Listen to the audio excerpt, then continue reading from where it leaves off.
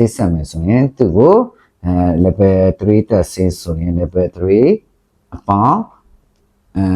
းစမင်းတော့7ဆိုတော့ပေါင်း9%ချုပ်ရည်3မျိုးကိုချုပ်ရည်သင်ခန်းစာမှာတွားကျင်ရပါတယ်ဒီနေ့ရှင်းပြမှာတော့ hair color ဆိုတဲ့အခါမှာသုံးဝင်တဲ့ lens နှမျိုးကြောင်းရှင်းပြပါမယ်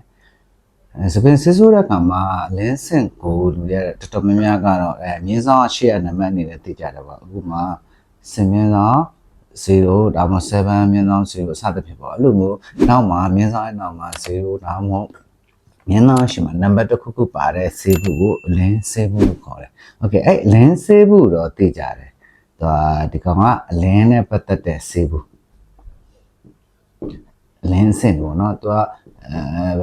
6ထက်9ကဘယ်လိုဖြစ်တယ်6ထက်9ကဘယ်လိုဖြစ်တယ်ဆိုတော့ lens မှောင်ကိစ္စတစ်ခုပြောတယ်။ဥပမာအဝါရောင်ဆိုးကျင်တယ်ဆိုရင်ဝါရောင်ကိုနံပါတ်က33ပဲဥပမာထားပါဆိုကိုနံပါတ်တွေကတော့နောက်ကကုတ်တွေပြောင်းနိုင်တယ်ထုတ်လုပ်တဲ့ကုမ္ပဏီပေါ်မူတည်ပြီးတော့ရှေ့ကအလင်းစင်ကြတော့ကုမ္ပဏီတိုင်းလို့တူညီတာတခုရှိတယ်စစ်ရဲ့အလင်းစင်က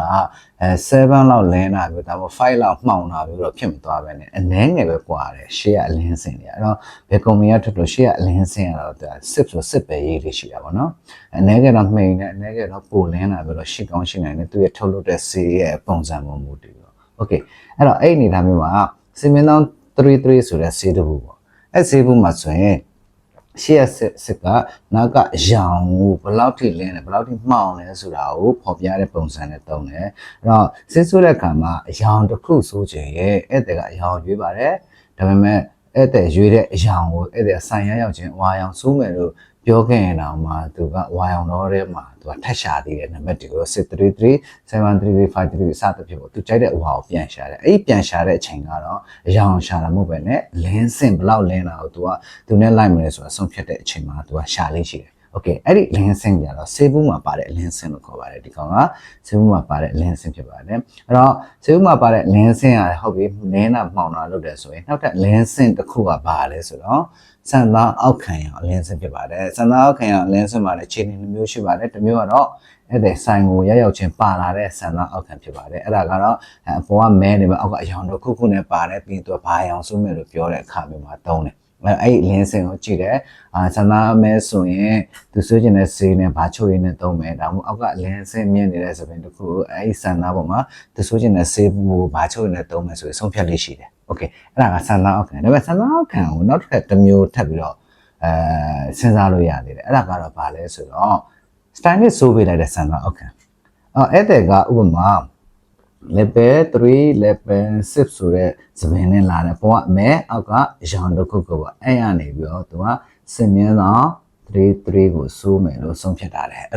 ့လိုပုံစံမျိုးစိုးမယ်ဆိုတော့အပေါ်က level 3အမဲအောင်ကို733ဆိုရင်ဘာချုပ်ရဲ့အောက်က level 6ကို733ဆိုရင်ဘာချုပ်ရဲ့ဆိုရင်တောင်းလိုက်တယ်အဲ့လိုတောင်းပြီးတော့စိုးလာရင်အပေါ်ရောင်နဲ့အောက်ရောင်ညီအောင်အဲ့လိုမျိုးစဉ်းစားတယ်အဲ့လိုမျိုးညီသွားတတ်တယ်ပေါ့ Okay အဲ့ဒါကပုံစံတစ်မျိုးသူကလာတဲ့အလင်းစင်ကိုသူစိုးကျင်တဲ့အရောင်နဲ့အလင်းတွဲရတာဆိုဖို့လက်တာအဲ့တခုရတယ်ဒါပေမဲ့အဲ့လိုဓာတ်ရိုက်မရတဲ့ခံမရှိဥမာဘယ်လိုရောင်မျိုးတွေဆိုတော့အိမ်မင်းဖိုင်မြန်းဆောင်တူလို့ဆေးမျိုးတွေပေါ့ဥမာစင်မြန်းဆောင်တူလို့ဆေးမျိုးတွေအဲ့ဆေးတွေကပုံမှန်ဆိုအစိမ်းရောင်လို့တည်ထားတဲ့ဆေးတွေပေါ့ဥမာတူဖယ်လိုက်တူနေဘာနံပါတ်ထက်တဲ့50လင်းနဲ့အစိမ်းရောင်ပေါ့ဒါမှ60လင်းနဲ့အစိမ်းရောင်ပေါ့အဲ့အစိမ်းရောင်တက်ရောင်ဆိုမယ်ဆိုရင်တော့အလင်းစင်နောက်တစ်ခုထပ်ပြီးပြန်သေးရသေးတယ်အဲ့တော့အဲ့အလင်းစင်ရတယ်ဆန်သားရဲ့အလင်းစင်လို့ပြောတယ်ဘာကြောင့်လဲဆိုတော့အဲ့တဲ့ကတူဆိုမယ်ဆိုတာအစိမ်းရောင်ဒါပေမဲ့ share 5ကိုဘာကြောင့်ယူတာဆိုမှောင်ကျင်တယ်ဆိုတော့သူစိုးကျင်တဲ့အစိမ်းရောင်နည်းနည်းလေးမှောင်နေတဲ့အလင်းစင်ကိုသုံးကျင်တာလို့ကွာသိထားတယ်အဲ့အချိန်မှာအဲ့တဲ့အောက်ခံကဒီလိုပုံစံနဲ့လာတယ် level 3 level 9ဆိုတဲ့ပုံစံမျိုးနဲ့လာတယ်အဲ့ပုံစံပေါ်မှာဖိုင်မြန်းဆောင်တူဆိုးမယ်လို့သူကဆုံးဖြတ်လိုက်တာဟုတ်အဲ့နေရာမှာကျတော့အဲ့တဲ့အပေါ်စပင်ကို522ဆိုရင်ဘလို့အောက် level 9ကို522ဆိုရင်ဘလို့ဆိုပြီးတော့ပဲသူတန့်တွက်လို့မရတော့ဘာကြောင့်လဲဆိုတော့အောက်ခံအရန်မြင့်လုံးနေအောက်ခံအရန်လင်းနေတယ်အဲ့လင်းတဲ့ပုံမှာဒီမှောင်စေတဲ့အရာဒါလည်းမှောင်မရမယ်လေအဲ့ဒါမှောင်စေတဲ့အရာသွားဆိုမှာပေါ့ဒီ522ကအဲ့မှောင်တဲ့အရာထင်ဖို့လို့တယ်ဟုတ်ကဲ့ theory ကတော့လင်းနေတဲ့အောက်ခံတစ်ခုပေါ်မှာ5မြန်းဆောင်22ဆိုရဲမှောင်နေတဲ့စီသားဆိုရင်ကျင်းနေတယ်အဲ့စီပဲရတတ်တယ်522ဆိုအရောင်လေးပေါ်တတ်တယ်ဒါပေမဲ့ပြန်ကြည့်မယ်ဒီ ဒီကူကသူကစံသားလက်ပဲနှစ်ခုတခုကမဲနေတဲ့ဟာနေရော522ဆိုတော့တခုကရန်လင်းနေတဲ့ဒါစပင်းမှာဆိုအလင်းဆုံးပိုင်းရတယ်နော်522ကိုပြန်ပြီးတော့မှိန်ချမှာမှောင်ချမှာပုံစံနှစ်ခုဖြစ် position နှစ်မျိုးပေါ့အဲ့နှစ်မျိုးမှာကျတော့ဒီလိုပုံစံလေးနှစ်မျိုးထပ်သူကဒီကောင်ဆိုရင်6ကနေ6ဆိုတာအရင်ဝေးမနေဘူးဒီကောင်ဆိုရင်9ကနေ5ကိုဆိုတာနည်းနည်းဝေးတယ်အဲ3ကနေ5ကျတော့နည်းနည်းနေတယ်အမှအချိန်ဆုံးဖြတ်ကြတာတွေပြီးရင်စပင်းတူရှိပါမှုတစ် sequence ဆုံးဖြတ်ရတာတွေကတပိုင်းရှိသေးတယ်အဲ့ဒါထားဘုကအလင်းစင်ကြောင်းဆိုဆန်သားရဲ့အလင်းစင်သဘောတရားကိုပြောပြတာအဲ့တော့ရိုးရိုးလေးတန်းတန်းနဲ့ဒီပုံမှာလည်းပဲ3ကနေ6ဆိုမယ်ဆိုရင်ဒါဆိုရင်9မှာဆန်3မယ်လို့တွေးလိုက်တယ်6ကနေ6 3မယ်အဲ့ဒါဥပမာ9မှာဆန်ပေါ့အချိန်တော့ short ထားပေါ့အဲ့လိုပုံစံမျိုးတော့ပြီးသွားတယ်သူညီတတ်တယ်ဒီမှာကျတော့တွက်မယ်ဆိုရင်3ကနေ5သွားမယ်ဆိုရင်6%ဆိုပြီးတော့စမ်းမယ်အဲ့ပေါ်ကတော့အဆင်ပြေတော့မှာ9ကနေ5သွားမယ်ဆိုရင်6%ဆို okay theory ကတော့သူကမှန်တယ်ဒါပေမဲ့ဘာအားသွားနေတာလဲဆိုတော့ပြန်စဉ်းစားမယ်3ကို6%နဲ့ထိတဲ့အခါအောက်ကန် level က5ဖြစ်သွားတယ်စံသားပြောင်းသွားတယ်အမဲကနေအဲ့ချိန်ပြောင်းသွားတဲ့ချိန်မှာဒီ522 C လေးကလာပြီးတော့အဲ့ပုံမှာသွားဆွဲတာပေါ့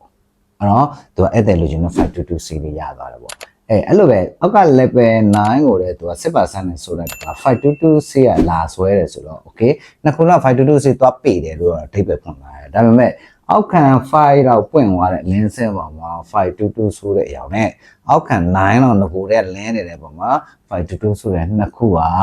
အယောင်မတူတာကိုအမြဲတွေ့ရတယ်အဲ့ဒါကို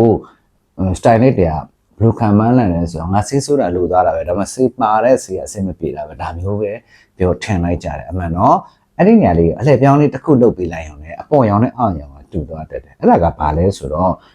ရှင်းအောင်မဲနေတာနေရော6%ချွေကြတော့သူက level 5ဖြစ်သွားတဲ့ပုံမှာ522ပေသွားတော့ဒီကရင်းနဲ့522ဒီမှာကဘာမှမထည့်တာပဲမဲငကိုတွေကလင်းနေတဲ့ပုံမှာ522လာပေသွားတာပေါ့6%နဲ့ဆိုလိုက်တော့မှိန်ချတော့မှိန်ချပေတယ်522တော့ရင်းသွားတယ်ဒါပေမဲ့ဒီအောက်ခံနှစ်ခုမတူတဲ့ပုံမှာပေနေတဲ့စီမျိုးကဘယ်လိုနည်းနဲ့မှ grand တူတာတော့မှ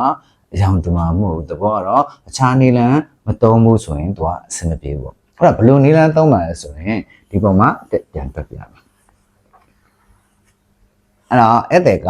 စိုးကျင်တာက level 3ကနေအမဲစပင်လေးရတော့ level 9ချွတ်ထားတဲ့စပင်လေးရတော့နဲ့ဆိုင်အောင်ရောက်လာတယ်သူကသုံးကျင်တာ5မျက်နှာ22အဲ့တော့ကိုဒီက3ကနေ5ကိုဆရာက6%နဲ့ဆိုလိုက်တယ် level 5ဆိုတဲ့စံသားလေးဖြစ်သွားတယ်အပေါ်မှာ522သွားပေးတယ်ဒါမျိုး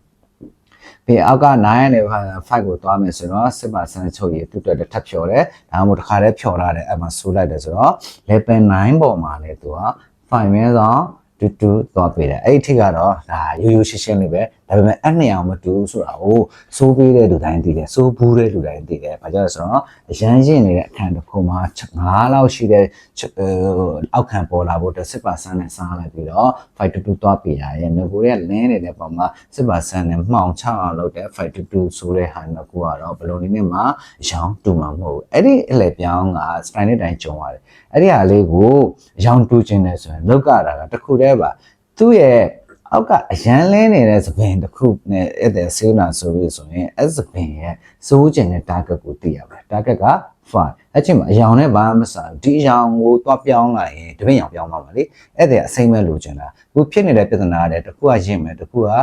ဖြော့နေတဲ့ပုံစံကအစိမ့်နဲ့မဆိုင်မဲနဲ့ lighting နဲ့ဆိုင်နေတာကိုသိအလင်းနဲ့ဆိုင်နေတာအောက်ခံနေဆေးဆိုရင်စံသာအောက်ခံထက်လူရကိုဆုံးမဲ့ဆေးဘူးတွေပဲဘလို့ဆက်မလဲအဲ့အလင်းတွေပဲကြည့်ဆိုင်ပါဆန်သားအောက်ခံအလင်းကိုသွားကြည့်ဆိုင်ဆန်သားအောက်ခံအလင်းမှာလည်းခုနပြောတော့ဗော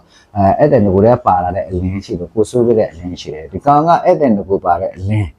ဒီကောင်ကအဲ့တဲ့ငကိုပါလာတဲ့အလင်းဒါကကိုဆိုးလိုက်လို့ချုပ်ရည်နဲ့ထိတဲ့အလင်းဒီကောင်က9ကနေပြီးတော့6%နဲ့မှိန်ချလို့ဒီကောင်ကမှိန်သွားတာမဟုတ်ဘူးဒီကောင်သွားပေဖို့တဲ့တောင်းတာဘာကြောင့်လဲဆိုတော့522ဆိုတဲ့အခါမှာ7မိနစ်လောက်ပဲထားလိုက်တာအဲ့ချိန်ကိုအဲ့တော့ तू ကစားရတာမဟုတ်ဒီကောင်သွားပေအောင်ပဲသူကအချိန်ယူရတာစားချိန်မရှိဘူးသူကစားစရာလည်းမရှိဘူးစားပြီးသားပြီအောက်ခံရအောင်လဲပြီးသားပြီပေါ့အဲ့တော့သူကတော့စားရတယ်လို့သူထင်လို့မရဘူးသူမှိန်ချပါဘယ်စေးသွားပြင်မှာစကုတ်ဖြူပေါ်မှာမှိန်ပြန်နဲ့ဆိုတာလည်းအပြာရောင်ထင်တယ်ဆိုတဲ့ပုံစံမျိုးပဲဖြူနေတဲ့စပင်ပေါ်မှာ522သွားဆိုတော့522ပေသွားတဲ့ပုံစံဒီကောင်ကျတော့522 level 3ပေါ်မှာ 6% ဒီလို level 5ပေါ်လာတယ်အပေါ်မှာ522ပေးတာအဲ့ level 5ထဲမှာရှိတဲ့လိမ်မောင်ရောက်ခန်းတစ်ခုရှိတယ်အဲ့ခန်းရောက်ပြီးရင်5ဆိုတဲ့ level က new တူအခန်းနဲ့နေတာအဲ့ဒါမို့လို့အညိုခန်းလေးပေါ်မှာလိမ်မောင်ရောက်နဲ့စွန်းနေတဲ့ပုံမှာ522သွားပေးတာရဲ့ဖြူနေတဲ့ပုံမှာ522သွားပေးတာနှစ်ခုကမတူဘူးလို့ပြောချင်တာအဲ့မတူတာကိုကျွန်တော်ပြောင်းလဲခြင်းရင်အဲ့ဒါဆိုချင်တဲ့ target ရဲ့အလင်းနံပါတ်ကိုကြည့်ဖို့လို့လေအရောင်နဲ့ဘာမှမဆိုင်ပါဘူးအဲ့အလင်းနံပါတ်တစ်ဆင့်လိုက်တဲ့သူထက်တစ်ဆင့်ငယ်တဲ့4ပေါ့အဲ့ဒီ4သွားပြီးတော့ဒီကောင်ထဲမှာအလင်းစင်ရောပြီးဆိုပေးလိုက်မယ်ဆိုရင်အဲ့ဒီအရောင်နှစ်ခုကဒီဘောကစီတစ်မျိုးတဲ့အောက်ကစီတစ်မျိုးပြောင်းဆိုအဲ့အရောင်နှစ်ခုကတူနေတာတွေ့ရမယ်ထည့်ရမယ့် gram က100 gram ကို15နှုန်းနဲ့ထည့်ရမှာဖြစ်ပါတယ်အဲ့ဒါကဒီ main စီ103တိုင်းဒီကောင်ကို15 gram ထည့်ရမယ်လို့ပြောချင်တာဖြစ်ပါတယ်အဲ့ဒါတော့သဖြင့်တူရှိဘဝမူတည်ပြီးတော့တွက်လာတာဖြစ်ပါတယ်အဲ့ဒါကတော့ဒီကောင်ကမှိန်ချသွားတယ်အဲ့ဒီမှိန်ချသွားတဲ့ပုံစံဒီအောက်ခံလင်းနေတဲ့ပုံမှာဒီကောင်ကသွားပေပြီးမှ522ဆွဲတယ်ဆိုတော့ဒီကောင်ကသွားစွန်းထင်းတယ်စွန်းထင်းမှာ522သွားပေအောင်လုပ်တဲ့ပုံစံနဲ့အပေါ်လိုက်တဲ့နဲ့သွားတူတဲ့ပုံစံမျိုးညှိယူတာပါအဲ့တော့ဆေးထဲမှာအဲ့ target ကိုကြိုတင်ကြိုထည့်တာရဲ့အောက်စေကွက်ကိုဆူတဲ့ခါမှာစေကွက်ကတစ်ခွက်လေးဖြော်လာလို့ရတယ်။ဘာကြောင့်အပေါ်ကလည်းစေအောက်ကလည်း6% ဖြစ်တော့522နဲ့6%ရောဖြော်ပြီးမှအပေါ်အမဲကိုဆိုပြီးအချိန်တစ်ခုစောင့်6မိနစ်တွက်လေးပူတွေကိုနောက်ပိုင်းညတင်ပေးမယ်။ YouTube မှာလည်းအဲ့ဒီပူတွေကိုတင်ထားတာတော့ရှိရဒါပေမဲ့တပင်းစာလေးနဲ့ရောနေတော့တိကျတော့မရှိဘူး။တိကျအချိန်တွက်တဲ့နေကနောက်တင်ပေးမယ်။ဒီဗီဒီယိုစောင့်အောင်ကြည့်ပြီးတော့နောက်ဗီဒီယိုတွေဆက်လက်စောင့်ကြည့်ဖို့လည်းတိုက်တွန်းခြင်းနဲ့ပြီးရင်ဗီဒီယိုကိုတင်ပေးရကြုံတာsubscribe လုပ်ခဲ့ပြီးတော့ပြီးတော့like and ဒါမှ comment တွေပေးပြီးတော့ပဲဆရာတို့သိချင်တာလေးမေးလို့ရတယ်ပေါ့နော်စက်ကတာဖြစ်ပါတယ် okay အဲ့တော့ဒါလေးကိုဖြတ်ပြီးတော့နောက်တစ်ပုတ်ချက်တွက်ပြမယ်အဲ့ဒါကစံသား2မျိုးနဲ့လာဖို့လိုတယ် level 3 level 9အဲ့ဒါကိုအောက်က9မဟုတ်ရင်ရောဆိုတဲ့စကားမျိုးဟိုက9ဟုတ်9အပေါ်ကလည်းမဲနေရမယ်အောက်ကလည်းချွတ်ထားတဲ့ပုံမှာစစ်ဆိုးခတ်တဲ့ဟာကိုရှင်းတဲ့ blue line ဖြစ်ပါတယ်အဲ့တော့အောက်က6ဆိုတာတွေအောက်က9ဆိုတာတွေနောက်မှာတက်တက်ရှင်းပြပါဖြစ်ပြီးတော့အခုကဒီကောင်ကိုအရင်ရှင်းနေတာဖြစ်ပါတယ်အဲ့တော့ဒီအဲ့ဒီအပေါ်ကအမေအောက်ကချွတ်ထားတဲ့အရောင်တရားနဲ့လာတဲ့လူဖြစ်ဖို့တော့လိုပါတယ်ဆရာအဲ့ဒါဆိုရင်အဲ့ဒီလိုမဟုတ်ဆိုအဲ့လိုမဟုတ်ဆိုအဲ့ဒီစုံနေမဟုတ်ဘူးပေါ့နော်အဲ့ဒါတခုတော့ရှိပြီနော်ဒါကအဲ့လိုအရောင်မတူတာညှိရနေဖြစ်တယ်အဲ့ဒီဆိုးချင်ပါလေသူက7 မြင်းဆောင်တူပေါ့ဥပမာအဲ့ဒါကိုဆိုချင်တယ်ဆိုတော့အပေါ်ကနေတော့စစ်ဆိုပါတယ်အပေါ်က level 3 အတွက်စစ်ဆက်လိုက်ပါတယ်7မြင်းဆောင်တူထည့်ရမှာဖြစ်ပါတယ်ပြီးရင်3ကနေ7သွားရင်ဥပမာ 12% ထည့်တယ်လို့သတ်မှတ်ထားတယ် okay အတိုင်းဆိုတယ်အဲ့ဒါကတော့ဒီချုပ်ရည်ကတော့ချုပ်ရည်ထဲမှာကြည်တာကတော့ကိုယ်ဆရာညွှန်လာတဲ့ချုပ်ရည်ရှင်ကိုယ်ဆရာပြောတဲ့အတိုင်းထည့်ပေါ့ဒါတော့ဘသူထည့်ဘာထည့်ပါလို့ပြောချင်ပါဘူးဒါမှမဟုတ်ချုပ်ရည်တိကျဆရာမဖြစ်မနေ722အမဲပုံမှာဆိုရင်ဘာထည့်ရမလဲဆိုတော့ 12% ထည့်ရမှာဖြစ်ပါတယ်နော်level 9အပေါင်းသူတဲ့စစ်ဆက်တဲ့အပေါ်စင်းနဲ့အောက်စစ်တူကမှဖြစ်တော့ဒီဆေးပဲထည့်ပါတယ်ပြီးရင်9နဲ့7သွားမှာနှိမ့်ချခြင်းနဲ့ဖြစ်တဲ့ခါကျတော့6% ကိုတောင်းတယ်ပြီးရင်နောက်ထပ်အယောင်တူဖို့အတွက်ဆေးတစ်ခုထပ်ထည့်ပေးရတယ်အဲ့ဒါကတော့ဒီလေးနဲ့ပုံမှာဒီဆေးဆိုတာနဲ့ဒီဘောကဖြစ်နေတဲ့ပုံမှာဒီဆေးဆိုတာနဲ့မတူ3နဲ့12% နဲ့တွင်ဆန္ဒလည်းပဲ7ဖြစ်ပါတယ်7ပုံမှာ7ဆိုတာနဲ့9ပုံမှာ7ဆိုတဲ့နှစ်ခုနာမည်တော့စကားလုံးတော့မတူဆိုရင်ကျင်းတယ်အယောင်လည်းမတူအောင်ဆိုးရဲလို့သိပါတယ်အဲ့ဒါကိုဖြည့်ရှင်းနေလို့ပြောနေတာဖြစ်ပါတယ်အဲ့တော့သူ့ရဲ့ target ကိုကြည့်ပါတယ် target က7ဖြစ်တဲ့ခါကျတော့ဆရာတို့10ပစ္စည်းဟာ7,000 10 micron က15 gram ဖြစ်ပါတယ်ဒီကောင်100ထည့်တိုင်းမှာအကောင်15 gram ထည့်ရမယ်လို့ပြောပါတယ်အော်အဲ့ဒီတိုင်းပဲကျန်တဲ့နံပါတ်တွေအကုန်လုံးကိုအတိုင်းဆိုးတယ်လို့ပဲမှတ်ထားရပါတယ်အဲ့တော့တက်ပြလာတဲ့ဥပမာ3ပုဒ်ကိုပြန်ပြန်လည်ကြည့်ပြီးတော့ဇာနာအောက်ခံရမတူတဲ့အခါမှာဆေးတွေကဘယ်လိုမျိုးတွက်ပြီးထည့်ရလဲဆိုတဲ့အပိုင်းကိုသင်ကြားပေးတာဖြစ်ပါတယ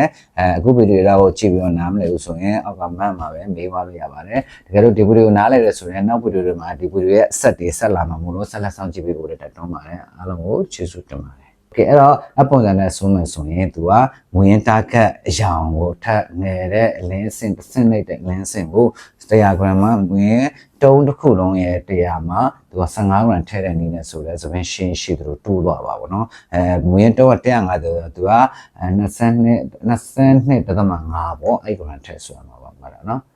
စပေါင်းတရား15ဆိုတော့7.5ပေါင်းတာပေါ့နော်20နဲ့.5အဲ့ဒါလို့သူကမွေးစေးတုံးက200 gram ဆိုရင်သူက30 gram ထည့်ဆိုလို့ပြောချင်တာပါအဲ့တော့ရှင်းရှင်းလင်းလင်းဖြစ်သွားလို့သူ့ကိုတစ်ခါတည်းရေးပေးလိုက်လို့ရတယ်အဲ့တော့ဖြစ်ကမှာ position 2မျိုးအပေါ်က level 3အောက်က level 9ဆိုတဲ့စပင်မျိုးလာခဲ့ရင်သူဘာရွေးဥပမာသူကရွေးတယ်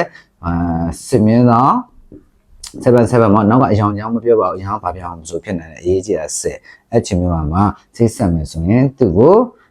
level 3 တက်ဆေးဆိုရင် level 3အပေါင်းစစ်မြင်းသော7ဆိုတော့ပေါင်း9ပါချုပ်ရ3မျိုးကိုချုပ်ရသင်ခန်းစာမှာတွားကျင်ရပါတယ်အက level 9အတွက်ဆေးဆက်ပါတယ်အဲ့တော့လက်စင်မြင်းသော7ပဲဆိုမှဆိုစင်မြင်းသော7ပဲ